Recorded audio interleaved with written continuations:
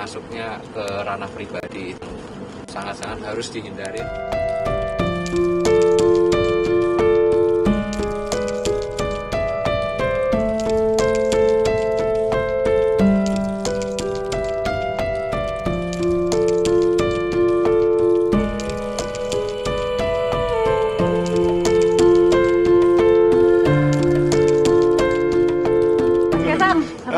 Tadi kan udah minta maaf secara langsung di depan Mbak Puan.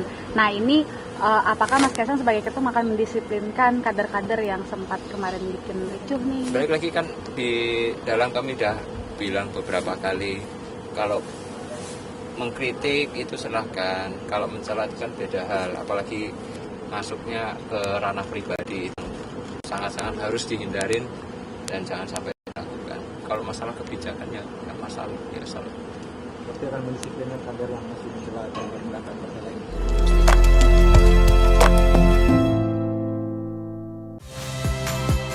Saya Nitya Anissa, saksikan program-program Kompas TV melalui siaran digital, pay TV, dan media streaming lainnya.